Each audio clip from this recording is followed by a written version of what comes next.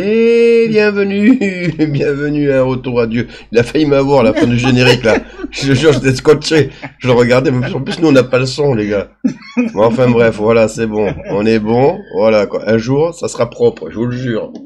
Voilà, bon, l'essentiel, c'est pas ça. L'essentiel, c'est qu'on est heureux de vous retrouver. Et qu'aujourd'hui, il y a une vidéo qui nous tient à cœur. Qui tenait surtout à cœur à ma femme. Qui veut vous en parler, et je trouvais le sujet super intéressant parce que c'est un sujet qui, quoi qu'il arrive, restera d'actualité, mais depuis le commencement même. On va vous dire ça, je vous dis pas ça en vain, et ma femme va vous expliquer mieux que moi. Vas-y chérie. Oh non. Eh ben si. J'explique mieux que personne. T'es mieux que moi. Oui, mais non, je veux dire pas là, c'est toi qui a voulu nous parler de l'orgueil. Voilà, tu l'as dit. Je l'ai dit, ça y est, voilà. Trop tard pour toi. On parlera de l'orgueil parce que c'est d'actualité depuis la nuit des temps. Exactement. Et c'est le péché qui symbolise la chute. La chute du diable. La chute du diable Lucifer. Et de tous ceux... Et de l'homme aussi. Et de l'homme, bien sûr. Et ouais, parce qu'on va parler aussi d'Adam et Ève, c'est ça? Voilà, exactement. Si j'ai bien compris. Voilà. Voilà. Donc, parce que ouais, pour vous dire, pour ceux qui connaissent la Bible, qui commencent à lire la Bible, le première personne, on va dire, le premier personnage qui a eu ce péché d'orgueil, c'est qui? C'était Satan. Voilà. Alors, est-ce que tu peux nous expliquer dans quelles conditions? Oui, parce que Satan, c'était un archange, hein. Le plus beau. C'était le plus bel ange du paradis et tout ça. Donc, au lieu d'adorer Dieu, comme cela se doit, il a commencé à s'adorer lui-même. Ouais. Il a commencé à s'apprécier lui-même. Il a commencé à je ferai. Il a commencé à se remplir lui-même d'orgueil et de se sentir autosuffisant. C'est ça. Voilà. Donc, suite à cela, il a détourné un tiers, non? C'est ça, un tiers des anges du Seigneur pour livrer la première guerre de l'histoire. Ouais. Donc, c'était la première guerre de l'histoire qui a eu lieu dans les cieux. Dans les cieux. Et l'archange Saint-Michel et toute son armée ont réussi à le chasser du paradis. À lui botter les fesses. À lui botter les fesses, voilà. Et c'est comme ça qu'il tombe sur terre. Ouais. Et non satisfait de tout le désordre qu'il avait déjà fait avec tout ce qu'il avait déjà détourné au ciel, il est allé corrompre l'être humain. Ouais. Voilà. Et c'est là où justement, nous on rentre en jeu avec Adam, puis ensuite Ève. Ouais. Donc les créations de Dieu. Ouais. Voilà, où il avait mis tout son amour vers nous, hein, et voilà, il le met toujours, hein, vous inquiétez pas. Hein. Sauf que Satan a tenté nous, pauvres humains, plutôt Adam et Ève, hein, alors en leur demandant de manger le fruit interdit, le fruit de la connaissance. Ouais. Et là donc du coup, Ève n'a pas pu résister, elle a entraîné dans sa chute Adam, voilà, et c'était l'une des phrases pour attirer justement Adam et Ève, c'était une phrase qui était basé sur l'orgueil, parce que elle dit qu'en mangeant ce fruit, tu deviendras comme tel un dieu. Oui. Donc voilà, ça veut dire déjà flatter son ego, afin de dire que voilà, tu n'auras plus besoin de ton Dieu, parce que tu seras un Dieu toi-même. Et c'est ça le gros problème. Donc ça, c'est le premier péché de l'homme, c'était le péché d'orgueil. Voilà. Et bon, comme elle a très bien dit, voilà, je vais pas vous dire la suite, hein, c'est vrai que Satan, lui, c'est un orgueilleux de base, parce que c'est vrai que c'était le plus beau, parce que c'est vrai qu'il était puissant, et parce que c'est vrai que, vu qu'il était beau et vu qu'il était puissant, il croyait qu'il était aussi beau, aussi puissant que notre Seigneur Jésus-Christ. Exact. Et voilà, et il a jamais voulu s'abaisser, mettre un genou au sol, pour nous, la création de Dieu. Exactement. Voilà, donc l'orgueil. Donc nous, on est le résultat de cette chute de Adam et Ève avec ce péché d'orgueil. Voilà. Et on va voir dans la Bible ce que nous dit la Bible par rapport à l'orgueil. Ouais. Ce que dit le Seigneur. Ah, donc, il est pas tendre. On vous demande d'aller sur 1 Pierre, première épître de Pierre, chapitre 5, verset 5. Hein. Je vais vous mettre en attendant, alors c'est pas exactement ça, mais en attendant, je vais vous mettre, hop, excusez-moi chérie, hop, je vais le remettre. Ça peut... Voilà. Vous êtes utile si vous n'avez pas la Bible sur vous. Voilà. Alors, la Bible dit, dans ma version, hein, Vas-y. De même, jeunes gens, soyez soumis à ceux qui sont plus âgés que vous, et tous, Et vous tous, revêtez-vous d'humilité dans vos rapports les uns avec les autres, car l'Écriture déclare, Dieu s'oppose aux orgueilleux, mais il traite les humbles avec bonté. Voilà. Voilà mon Donc là, je vous laisse, il continue tout le chapitre là sur la vidéo. Mais ce qui nous intéresse vraiment, c'est ça. Voilà. Que Dieu, il a dit depuis la nuit des temps même, qu'il n'aime pas l'orgueil. Il n'aime pas. L'homme orgueilleux, l'homme hautain, c'est quelque chose que notre Dieu déteste. Voilà. Parce que ça l'amène pas à lui. Exactement. Et ça l'amène plutôt au mal, c'est-à-dire à Satan. Voilà. Donc c'est très important parce que tu vas nous le signaler avec des petits exemples plus tard, c'est que sans s'en rendre compte, nous, des fois, on fait ce péché d'orgueil. Ben oui. On fait ce péché d'orgueil entre frères et sœurs. Sans même s'en rendre compte. Voilà, sans même s'en rendre compte. C'est le pire parce que c'est très subtil. Sans même s'en rendre compte, mais voilà, mais tu vas nous en expliquer pourquoi. Parce que ne croyez pas que parce que vous avez le Christ en vous, que vous êtes que vous êtes exempté, j'ai envie de dire, du péché d'orgueil. De ce péché d'orgueil. Parce que déjà, l'orgueil ne veut pas seulement dire se vanter devant les gens et dire ceci, voilà, je suis fier. Déjà, le fait que quelqu'un sache qu'il a un péché qu'il n'arrive pas à combattre, reconnaître en toi que tu as ce péché-là que tu répètes constamment, mais tu te refuses de plier ton genou à terre et demander à Dieu de l'aide. C'est de l'orgueil. C'est déjà de l'orgueil. C'est de l'orgueil, déjà. Tu es là, tu préfères te morfondre dans ton péché. Certains se délectent même dans leur péché, là. Mais ils n'ont pas la force de crier haut et fort, Seigneur, j'ai besoin de ton aide. Ça, c'est déjà de l'orgueil. Et après, on voit dans nos sociétés actuelles des couples brisés à cause de l'orgueil. Parce qu'on ne sait pas demander pardon. C'est ça. Monsieur a tort, il va faire le gros dos, il va dire de toute façon, Dieu a dit que je suis le chef de famille, donc je n'ai pas à demander pardon. Non, c'est faux. C'est de l'orgueil. Madame a tort, elle va dire, ah oui, voilà, comme il me parle comme ça, ben moi aussi, je ne demande pas pardon, on va voir où ça va m'amener. Voilà. C'est vrai. C'est de l'orgueil. C'est de l'orgueil, exactement. Il y a l'orgueil partout. Et quand il s'agit des enfants de Dieu, on va rentrer directement dans le vif du sujet. Par rapport aux enfants de Dieu, on se dit non, nous on n'est pas orgueilleux, nous on aime Dieu, on reconnaît le Christ et tout ça machin, mais croyez-moi, il y a un signe d'orgueil qui est très très fréquent dans les enfants de Dieu, c'est le manque de prière. Quand vous remarquez qu'un enfant de Dieu commence à diminuer dans ses prières, commence à diminuer dans sa recherche de la face de l'Éternel, faut savoir que là, le péché d'orgueil est en train de rentrer discrètement plutôt, bien discrètement, comme le serpent, doucement dans la personne. Il est en train de t'avaler. Et après, toi, tu ne te rends pas compte, mais il faut savoir une chose, c'est que toi, en tant qu'enfant de Dieu, quand tu te réveilles le matin, tu es censé automatiquement rendre grâce à Dieu, dire Seigneur merci et confier notre journée entre les mains de Dieu. C'est ça. Mais quand tu ne le fais pas, donc tu veux faire comprendre à Dieu que non, moi-même je gère. Je suis capitaine de mon bateau, je vais tout gérer, j'ai pas besoin de ton aide, reste d'abord à côté et tout ça.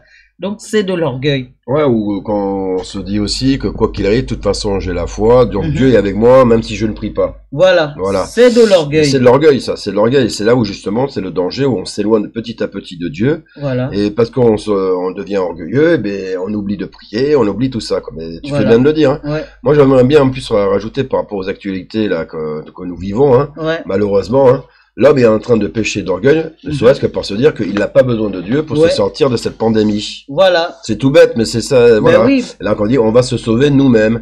Et donc, vous voyez, c'est pour ça que là, on se suffit. Voilà, c'est pour ça que là, ils disent, regardez, on est tellement fort, on est des dieux, on a réussi à trouver le vaccin, contre la pandémie, nanani, nanana. Ça, c'est le péché d'orgueil. Exactement. Et les hommes, donc, du coup, ils disent, voilà, mais Dieu, est-ce qu'il m'aide à ce moment-là? Non. Donc, regardez, c'est moi-même qui me suis aidé. L'orgueil. Toujours l'orgueil. Et l'orgueil, vous allez voir que c'est, mais il le dit, comme vous avez vu, dans Pierre, et il le dit, puis il le répète. Moi, je l'avais vu même, je crois, dans Ésaïe, mais on le voit partout, dans la Bible.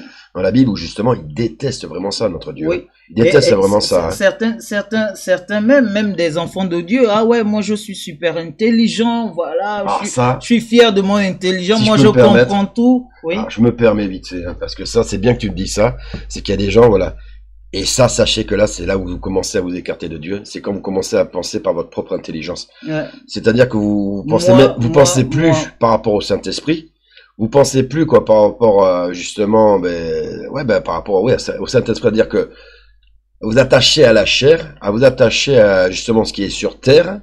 Et donc, du coup, c'est là où vous éloignez de plus en plus de Dieu. C'est ça, parce que là, voilà, comme tu l'as dit exactement. Hein. Je suis intelligent. Je suis intelligent, et ça, Dieu n'aime pas ça. Je sais faire cela. Et Dieu n'aime pas les hommes qui justement se disent intelligents. Hein. Voilà. L'intelligence humaine n'est rien par rapport à l'intelligence de Dieu. Ouais.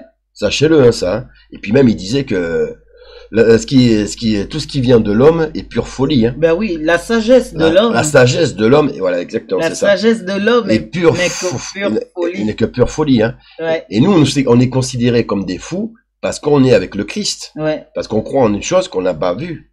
Heureux ceux qui y croient sans avoir vu. Exactement. Ouais. Donc voilà, donc méfiez-vous de l'intelligence humaine qui vous ramène toujours au même endroit, à l'orgueil. À l'orgueil. Et en plus, souvenons-nous d'une chose, parce que Christ lui-même, quand il était sur terre ici avec nous, physiquement, dans le corps humain, lui-même, il le disait que tout ce que je dis, tout ce que j'enseigne, ne vient pas de moi, c'est parce que c'est mon Père qui me l'a enseigné. Voilà, c'est mon Père qui me l'a montré. Il ne se mettait jamais en avant lui-même que il disait toujours tout ce qu'il sait lui a été appris par son Père. Amen. Vous voyez? Donc, c'est pour cela, la personne qui va vous dire, je suis intelligent, je sais faire ceci, je sais faire cela, c'est l'orgueil.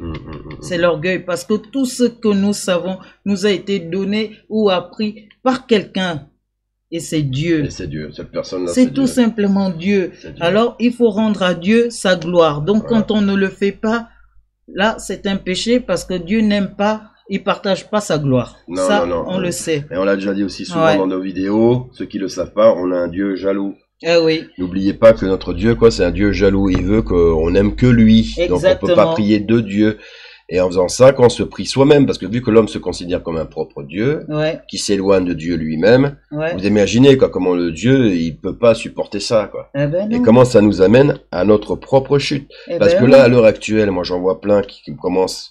Pas plein, mais bon, il y en a toujours, et il y en aura toujours, qui disent, ouais, mais là, Dieu, à l'heure actuelle, qu'est-ce qu'il fait? Il laisse mourir des petits jeunes, il laisse mourir de faim des enfants, il laisse des gens mourir de la pandémie. Est-ce que ça vient de Dieu, ça? Mais non. C'est pas de Dieu, ça. Ça, justement, c'est rejeter la faute sur un Dieu sur lequel il ne croit pas, juste pour essayer de le démonter, en plus, c'est triste, hein. Mais là, en fait, sachez que tout ce qui arrive à l'heure actuelle, parce qu'on est dans le temps de grâce, où Dieu justement laisse faire les choses, c'est l'homme qui provoque tout ça, c'est pas Dieu. Et si Dieu, il laisse faire, c'est qu'il a un plan. Et le plan, sachez une chose, il arrive, hein. Il arrive au galop, là. Hein. Et donc du coup, ça sera fini, où justement l'homme aurait la possibilité d'agir que par sa propre volonté. Ouais. Ça, c'est bientôt fini, hein. Et en plus, il faut savoir une chose, c'est que le diable a la possibilité de créer des circonstances dans la vie des êtres humains.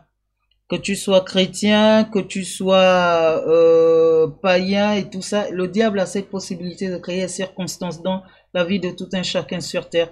Parce que c'est le maître du monde. Et on a très bien l'exemple dans la Bible avec l'histoire de Job. Vous voyez bien que Job, il adorait Dieu par-dessus tout. Mais il a été éprouvé par le diable. Le diable a créé des circonstances catastrophiques dans sa vie. En un seul jour, il a perdu ses 10 gosses. Il a perdu le bétail. Il a perdu plein de choses. Et là, le diable est passé par sa femme pour le pousser à détester et à insulter Dieu. Vous voyez, mais seulement il n'est pas tombé dans ce piège, il a continué à adorer Dieu, il a continué à bénir Dieu et tout ça là. Donc c'est pour vous dire que même aujourd'hui, le diable crée des circonstances, mais malheureusement certaines personnes les attribuent à Dieu. Voilà. Et Dieu n'a rien à voir dans tout ça. Et sachez une chose, parce que là aussi, pareil, ça, toi, cette histoire-là que tu me racontes, je l'ai racontée à ma mère. Et la mère, elle comprenait pas, elle me dit pourquoi Dieu il a fait ça à Job, s'il l'aime. Mais non, mais parce qu'il aime tellement, il a tellement confiance en Job, parce qu'il sait très bien comment Job, il a l'amour éternel pour lui, qu'il est capable de supporter. Et sachez qu'après Job, sa véritable vie, elle commencera comme nous tous, qui avons remis notre vie entre les mains de Dieu. Quand on sera là-haut avec lui, quand on sera avec le Seigneur Jésus-Christ, ça sera notre véritable vie. Et donc, ça sera nos cadeaux après qu'il va nous faire, dire, t'as tenu bon. Ben oui. Parce que tu as cru en moi. Exactement. Et là, tu as réussi, entre guillemets, j'aime pas encore dire trop ça, mais tu as réussi le test. Bah, toi, c'est un peu ça. Tu as réussi à combattre surtout le diable. Tu as tenu bon toute tu as tenu bon, même si le diable, mais sache que si il arrêtait pas de te mettre des bâtons dans les roues, c'est parce qu'il te déteste. Parce qu'il te déteste pourquoi? Parce que tu m'aimes. Eh ben oui. Et que tu tiens bon, quoi qu'il arrive face à l'adversité. C'est ça qu'il faut retenir justement de cette histoire. Et lui, est-ce que Job, il a péché par orgueil à dire, ah ben ouais, ben dans ces cas-là, tu m'aimes pas ou quoi que ce soit. Ok, ben maintenant, je vais prendre les choses en main et je vais faire à ma manière. Et l'orgueil, ça c'est l'orgueil. Ça c'est l'orgueil du diable. Eh oui. C'est le diable qui met ça. Et sachez aussi une chose, on le dit souvent dans nos vidéos, je me le répète, je vous le répète. Si on piétine pas notre orgueil, on ne trouvera jamais Dieu. Non. On peut pas. Jamais. Moi, j'ai piétiné mon orgueil, ma femme a piétiné son orgueil, des millions de frères et sœurs ont piétiné leur orgueil pour se mettre devant Dieu. On doit être comme des enfants. Oui. Et pas comme des orgueilleux. Oui. Sinon, tu ne trouveras jamais Dieu au bout de ton chemin. C'est clair. Moi, voilà. Et maintenant, il y a des choses, ma femme me dit, t'as changé. Mais moi, je peux lui retourner le compliment. Elle aussi, elle a changé, grâce à Dieu.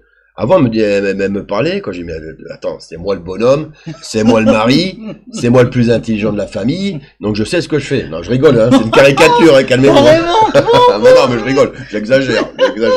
Non, mais simplement pour vous dire que voilà, il y a des fois, bon, on n'accepte pas, mais les conseils de sa femme, de sa propre famille, de ses amis, de son directeur. On croit tout savoir. On croit tout savoir. Et on prend ça mal. Ça, c'est l'orgueil. Tandis que maintenant, elle me dit quelque chose, même si sur le coup, ça me fait un peu mal, je dis, oh, attends. Je le laisse, je réfléchis, je dis, ah ouais, en fait, elle avait pas tort. Alors peut-être qu'elle aurait pas dû me le dire de cette manière-là, mais au fond, elle avait pas tort. Et là, donc, du coup, c'est là où tu dis, ouais, ça y est, je me rapproche de Dieu. Oui. Là, je suis content. Oui. Ne pas être orgueilleux, c'est pas être faible, au contraire. Non. C'est là où on va gagner des couronnes dans le ciel. Hein. Oui. Parce que, comme il a dit, Dieu n'aime pas les orgueilleux, mais il aime les humbles. Les humbles. Les humbles, c'est que ça écoute les autres. Ouais. Mais attention, ça s'éloigne aussi, ça faut le signaler quand même. Ça s'éloigne aussi de tout ce qui n'est pas bon, de tout ce qui est impur aux yeux de Dieu. Hein. Voilà. Ne traînez pas avec des satanistes, hein, ça Dieu l'aime pas. Hein. Ah non. Mais je veux dire par là, voilà, mais vous avez le droit de recevoir des arguments de vos frères et sœurs. Oui. Comme on l'avait dit, voilà, comme des exhortations. Comme Paul l'a fait avec Pierre, qui oui. a accepté, et bien d'autres exemples dans la Bible. Hein. Et oui, et il faut savoir, parce que l'orgueil a mené bien des gens dans des sérieuses difficultés, parce que il y en a qui ont été prêts à faire n'importe quoi, rien que par orgueil de leadership. Ouais, ça on avait fait une vidéo sur le leadership. Orgueil de leadership, l'orgueil de vouloir commander sur les autres, l'orgueil de vouloir être le plus en vue, le plus riche. Et il y en a qui sont orgueilleux de leur beauté, ils sont fiers de leur beauté, ils sont fiers de leurs finances, ils sont fiers de leur maison, ils sont fiers de leur femme, leur mari, ils sont fiers de leurs enfants super intelligents. Mais ce qui est là, c'est que, franchement, l'orgueil vous fait tomber dans le piège en douceur. Vraiment de façon très subtile. Il faut faire attention. Parce que tu es fier de ton corps, tu es fier de ta beauté, tout ça, mais quand la Bible elle-même nous dit que le Christ n'avait rien pour plaire physiquement. Ouais, il était tout frêle, c'était pas un bodybuilder. Tu es fier de ta maison et ceci, cela. Il a fait exprès ça. La Bible elle-même nous dit que le Christ n'avait même pas un toit sur la tête. Regardez, mais je rappelle, hein, il est venu quand même à Dodane. Hein. Voilà. Il n'est pas venu sur un super cheval. Il viendra après sur un super cheval. Attention. Voilà. Et en plus, mais je veux dire par là, il a fait acte d'humilité pour montrer que justement, il n'avait pas ce péché d'orgueil. Voilà. Et en plus, on sait. Et nous, on doit justement regarder notre maître, notre Seigneur, et être des bons disciples et copier ce qu'il fait. Exactement. Et c'est pour ça qu'il est arrivé comme ça, en toute humilité. Quoi, mais l'humilité. Apprenez ça, l'humilité. Oubliez l'orgueil. Devenez des gens humbles. C'est un vrai secret qu'on vous dit l'humilité. Parce que là, tu es fier je reviens là-dessus, tu es fier de ta maison, mais la Bible nous dit que rien ne sera gardé, tout va être détruit. Tout va être détruit, il n'y a pas de quoi être fier. Esaïe disait vanité des vanités, tout n'est que vanité. Et c'est vrai. Il n'y a pas de quoi être orgueilleux par rapport à ça, parce que ça commence par là, et après ça finit en dépravation. On a la gay pride, on a des trucs comme l'orgueil gay. Alors vous voyez, c'est dans une confusion qui ne va pas du tout dans le sens du Seigneur. Parce que tout ce dont on est fier là, c'est tout ce dont le Christ en était dépourvu. Remarquez bien, on en était dépourvu. Nous, on est fiers de notre intelligence, mais le Christ lui disait, tout ce que je vous enseigne m'a été appris par mon Père. Ouais, et puis tout ça, et puis il s'est bien gardé justement de l'apprendre aux sages de l'époque, et aux médecins, aux docteurs, quoi, je veux dire, de la foi, on va dire. Hein. Ouais, il a appris aux petites personnes, il a appris aux petites personnes. On le retrouve ça dans les Bibles, j'ai pas le verset, mais vous voyez de quoi je veux parler, où justement, quoi, ben, il s'éloigne des orgueilleux, notre Dieu. Hein. Bah oui. Et sa parole s'éloigne des orgueilleux, quoi. Et elle est réservée aux humbles. C'est clair. À ceux qui ont un cœur d'enfant, quoi, et ceux qui aiment, qui aiment d'un cœur sincère notre Dieu, quoi. C'est ça. C'est pas arrêter avec l'intelligence. Moi, c'est un truc, quoi, quand je vois des gens, quoi, qui se pavanent avec des millions de diplômes pour en plus, au final, faire un boulot tout caca. Franchement, quoi, non. Ou alors, il y en a qui sont orgueilleux de dire, je suis président de ma structure, je suis président de je sais pas quoi. Et ils finissent seuls. Parce que sachez que vous allez finir seul. Et puis que devant Dieu, vous êtes rien du tout. Et c'est pas ça qui va l'impressionner, Dieu. Au contraire, quoi. Donc, c'est surtout que là, vous êtes en train de vous mettre, j'ai envie de dire, une pierre autour du cou et vous jeter à la mer, là. Hein. Et là, c'est triste parce que voilà, quoi. Et vous attachez à ça. Comme moi, j'ai eu, malheureusement, un père, quoi, qui était haut gradé dans l'armée et qui s'attachait un peu à ça, hein. Et c'est triste. C'est triste parce que voilà, alors, au final, on se rend compte, en fait, j'ai loupé ma vie. Parce que j'étais orgueilleux. Ben oui, exactement. J'ai surtout loupé ma place au paradis, hein. Et donc, c'est pour cela que je vous dis, franchement, le manque de prière dans la vie d'un être humain, c'est vraiment le signe que l'orgueil est en train d'habiter en vous. Donc, redoublons de prière. Parce que le Seigneur Jésus-Christ, lui, le Fils de Dieu, lui, il a marché sur l'eau. Lui, il a ressuscité des morts. Multiplié des pains. Lui, il a multiplié des pains. Il a transformé l'eau en vin.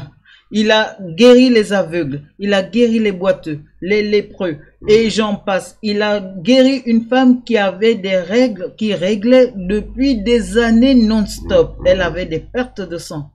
Tous ceux qui lisent la Bible savent de quoi je parle. Il a ressuscité des enfants, il a recollé l'oreille, il a fait tellement de choses. Mais il priait sans cesse. Il cherchait tout le temps la face de Dieu. Il priait sans cesse.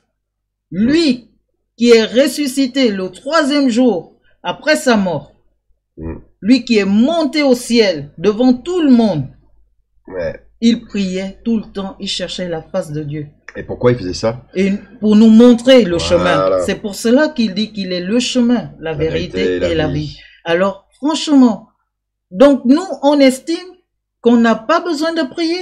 Dites-moi si ce n'est pas de l'orgueil. C'est ça. On n'a pas besoin de prier le matin pour remercier Dieu qui nous a gardés toute la nuit, qui a renouvelé son amour en nous redonnant le souffle de vie, en nous réveillant. C'est pas de l'orgueil. On n'a pas besoin de prier pour demander à Dieu de nous encadrer dans nos obligations de la journée. C'est pas de l'orgueil. On n'a pas besoin de prier pour remercier Dieu pour un repas, pour un verre d'eau, pour un sourire de l'enfant, pour la santé des enfants, pour toutes choses. Sérieusement, donc vous vous rendez compte qu'on est complètement à côté de la plaque et c'est pour cela plusieurs chrétiens risquent d'être surpris le jour du jugement parce que on va leur rappeler que tu as fait preuve d'orgueil.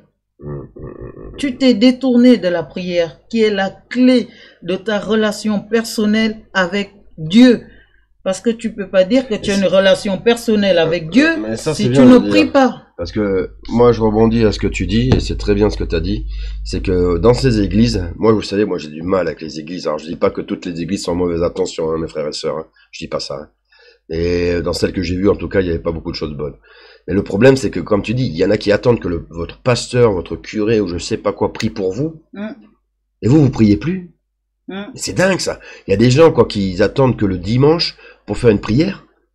Mais moi, la prière, je la fais tous les jours. Et j'en fais pas assez. Et je devrais en faire plus. Mais j'en fais tous les jours. Dieu, il est avec moi tous les jours. Et je le remercie tous les jours. Moi, quand je quitte ma maison, je dis que Dieu te garde, toi et mes enfants. Je le dis tous les jours, ça, parce que Dieu, c'est important, quoi, dans ma vie, quoi. Le soir, je le remercie pour le repas. Après, maintenant, on a pris l'habitude de faire la prière du soir. pour que nos enfants soient protégés durant leur sommeil. Ben ouais. On fait la prière du soir aussi, où on en profite. Ouais. Pour vous, on fait la prière pour vous, pour ceux qu'on aime, pour ceux qu'on connaît même pas. Pour ceux qui ne nous aiment pas. Pour Dieu, quoi, pour qu'on ait grâce aux yeux de Dieu et pour qu'il nous aide. Et on le remercie dans la joie ou dans la peine. Ah oui. Mais en aucun cas, on va attendre le dimanche pour prier, ou on va attendre qu'un homme prie pour vous. C'est ça qui est honteux. Hein. Et pour toute circonstance, on cherche la face de Dieu. Mais oui. On cherche la face de Dieu. On ne va pas du principe qu'on va le faire nous-mêmes. Parce que dites-vous bien que jusqu'à présent, où vous avez fait les choses par vous-même, ça a été des catastrophes, soyons honnêtes. C'était échec sur échec. Même quand on croyait que c'était du bon, c'était de l'échec. Au final, ça devient un échec. Ça devait vraiment effet boule de neige. On part d'une gourde à une autre plus grosse et ainsi de suite. Donc, faut être honnête. Soyons honnêtes avec nous-mêmes d'abord. Et là, moi, je remarque personnellement que depuis que j'ai remis ma vie entre les mains du Seigneur et que pour toute chose, je consulte l'Éternel, je vous assure que j'avance jour après jour, je n'ai plus de peur au ventre, je n'ai plus la boule au ventre. Non. Je n'ai pas la boule au ventre, je ne me demande pas comment va se passer telle chose ou telle chose. Je dis, le Seigneur est au contrôle, je lui ai soumis telle situation, je lui ai tout soumis. J'ai tout mis entre ses mains. Et voilà, et je laisse faire.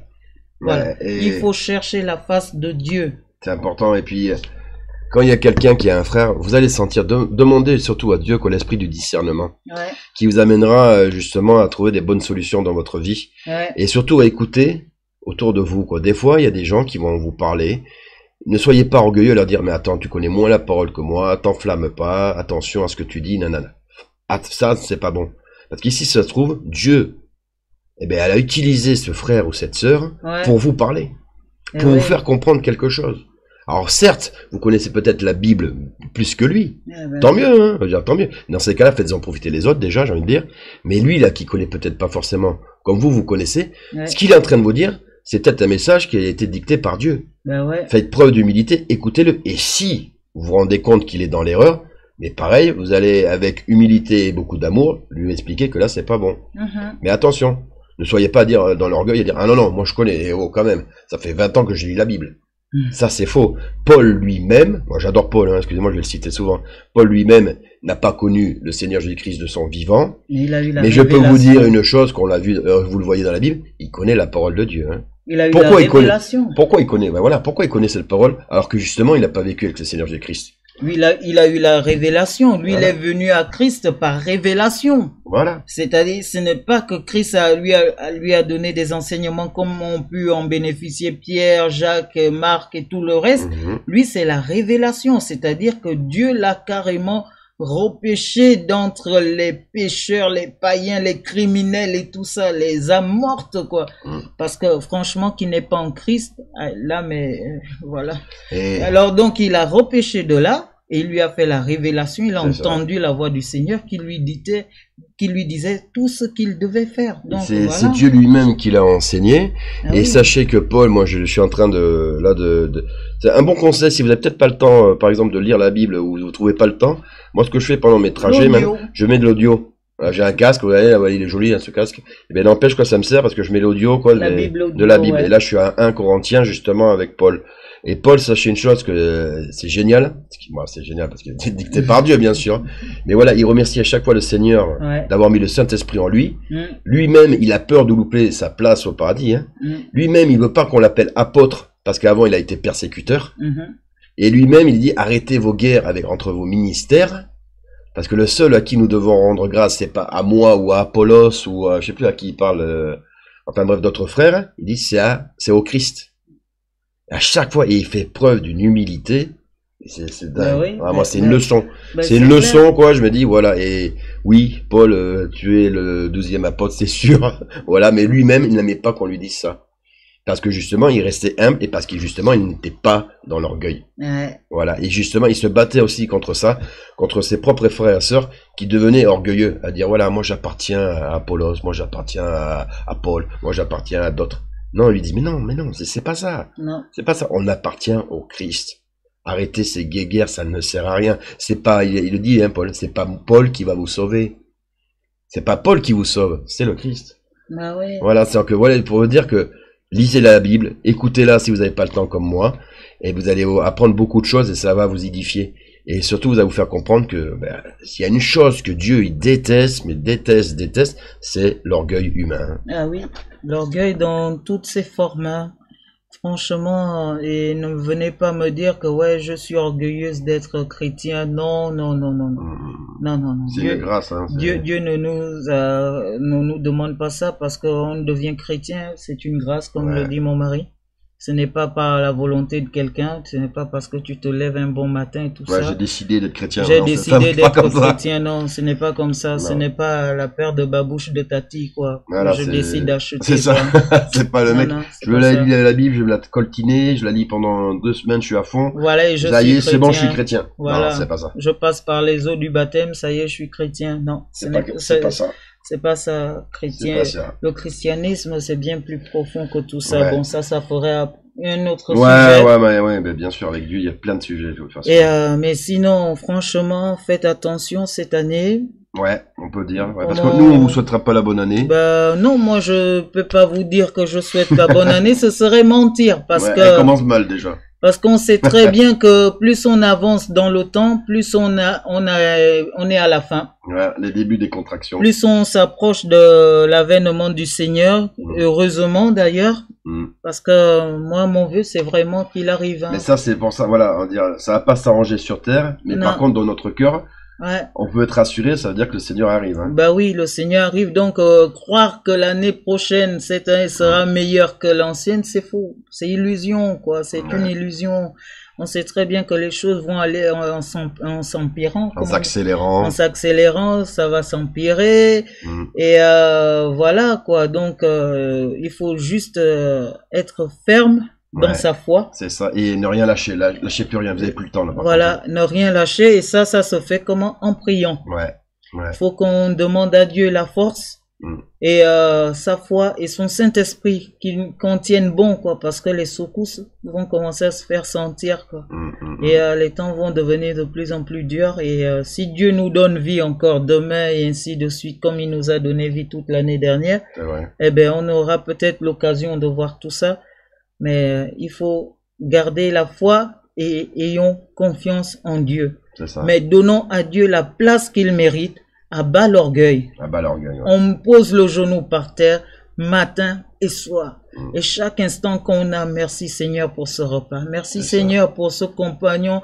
Merci Seigneur pour ma femme. Merci Seigneur pour mon mari. Merci Seigneur pour mes enfants. Merci Seigneur pour ce verre d'eau. J'avais vraiment soif. Merci Seigneur. C'est ça. Merci Seigneur. Bénis telle personne pour le bien qu'elle me fait. Pour la bonne santé de nos enfants. Pour la santé de nos enfants.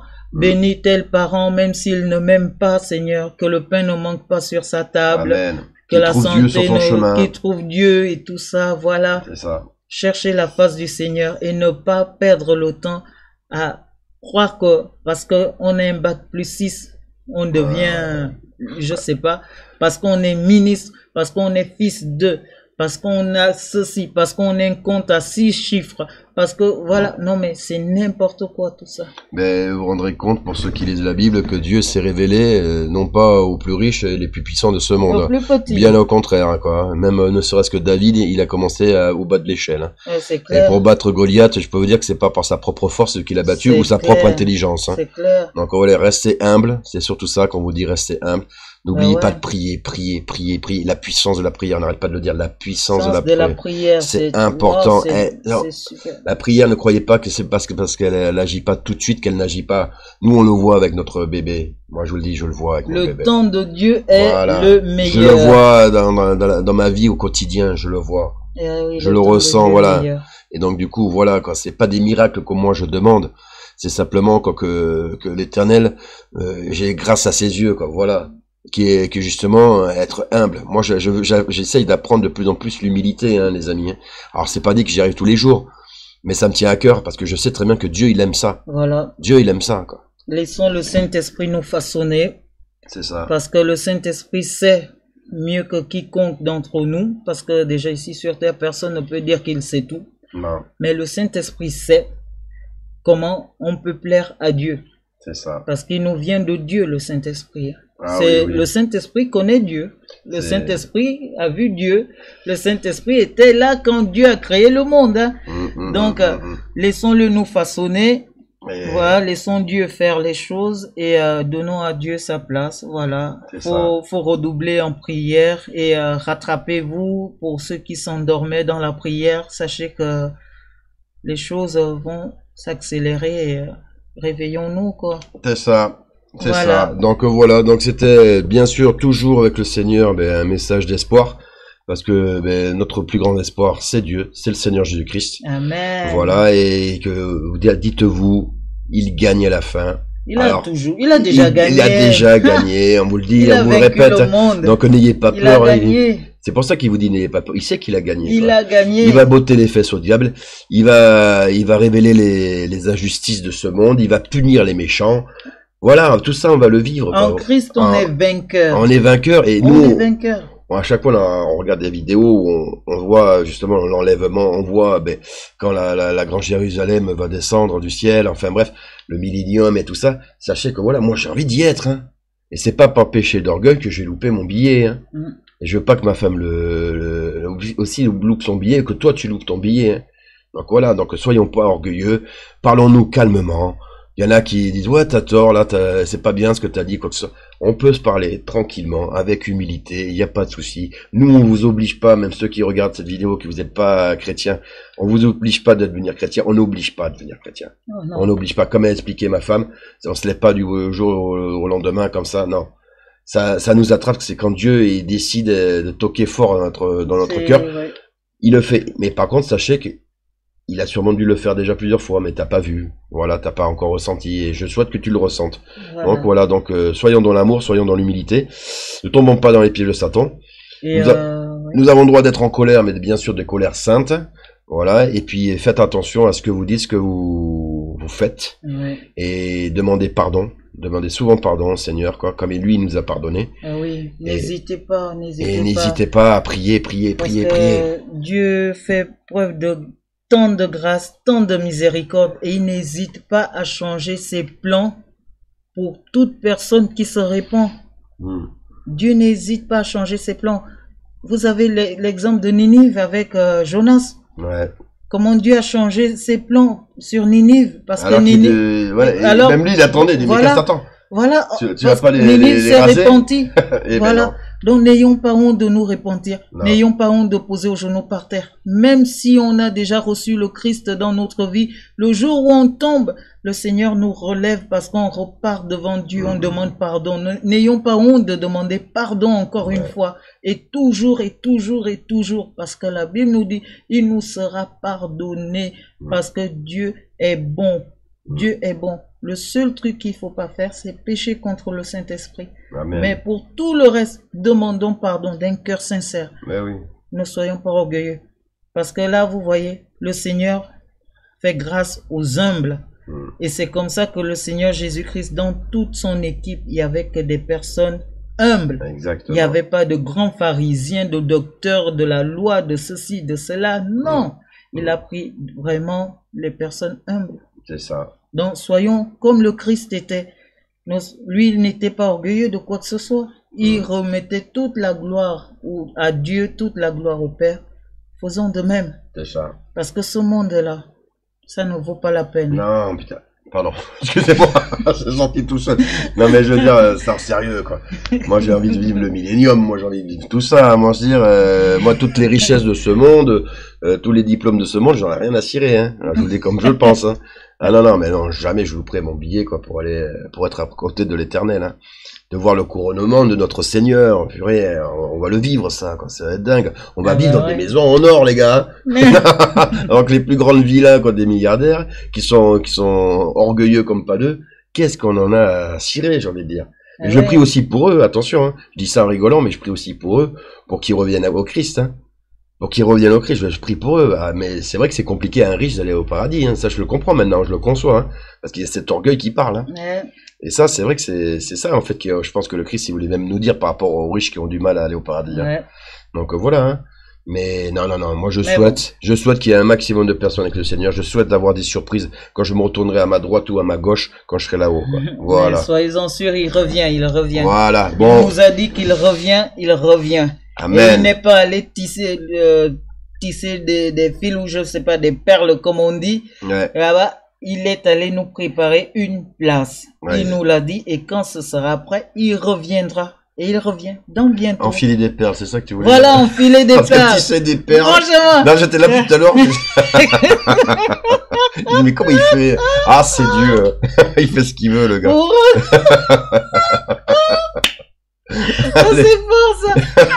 C'est pas grave, on avait compris, quoi. Ça, c'est le problème du live, de direct, tu vois. C'est pas grave, on va tisser des perles avec toi. Oh non. Bon allez, on va s'arrêter là. Bonne soirée. Voilà, surtout que Dieu vous garde. Et bien sûr, avant de finir cette vidéo, on va prier quoi pour remercier le Seigneur d'être à vos côtés. Amore, attends. Oui, pardon. On n'a pas remercié Lion of Judah. Ah oui, vas-y, il faut que tu expliques. Ouais, Lion of Judah, c'est une chaîne de prédication, mais en anglais. Ouais, c'est le problème. Alors voilà, pour tous ceux qui parlent anglais ou qui comprennent quand même l'anglais, je vous la conseille comme chaîne. Elle est vraiment très... Ils sont super actifs. Hein. Ils sont très actifs et très édifiants, quoi. Parce que bon, j'ai, par grâce de Dieu, la faculté de pouvoir comprendre et parler anglais. C'est un don. Donc, j'ai l'occasion de suivre la prédication en anglais. Vraiment, elle est très forte. Elle est très forte et n'hésitez pas. Alors, n'hésitez pas, quoi. Franchement. Donc, Lion of Judah, thank you. Ouais, c'est pour ça que je me suis permis de le mettre parce que les images sont belles en plus. Thank you. Allez, on va prier. Ouais. Allez, c'est parti. Oh mon Dieu, mon Seigneur, au nom tout-puissant du Seigneur Jésus-Christ, merci infiniment pour cette vidéo, Seigneur. Merci infiniment d'être avec nous, d'être à côté de nous, de nous supporter et de nous pardonner, Seigneur Jésus-Christ. Je prie pour mes frères et sœurs qui sont avec toi, Seigneur, et tous ceux qui ne le sont pas encore. Toutes ces âmes que tu vas récupérer ce soir, je te bénis pour ça, Seigneur Jésus-Christ, de cette victoire, quoi, justement, Seigneur. C'est vrai que des fois, nous trouvons le temps long sans toi, Seigneur Jésus-Christ, mais nous savons que tu es proche, et que tu es actif, et que tu es un Dieu qui agit, parce que tu es un Dieu vivant, Seigneur Jésus-Christ. Nous savons que, justement, nous aurons la grâce de te voir, la grâce de voir ton couronnement, je le souhaite en tout cas pour moi, pour ma femme, pour tous mes frères en Christ, je le souhaite sincèrement. Quoi. Merci en tout cas de pouvoir communiquer avec nos frères qui par leurs commentaires nous font un bien fou, Seigneur Jésus-Christ. Et nous te remercions quoi de guider nos paroles, Seigneur. Nous restons quoi des humbles serviteurs. Sers-toi de nous, Seigneur, si tu juges qu'il est bon de le faire, Seigneur.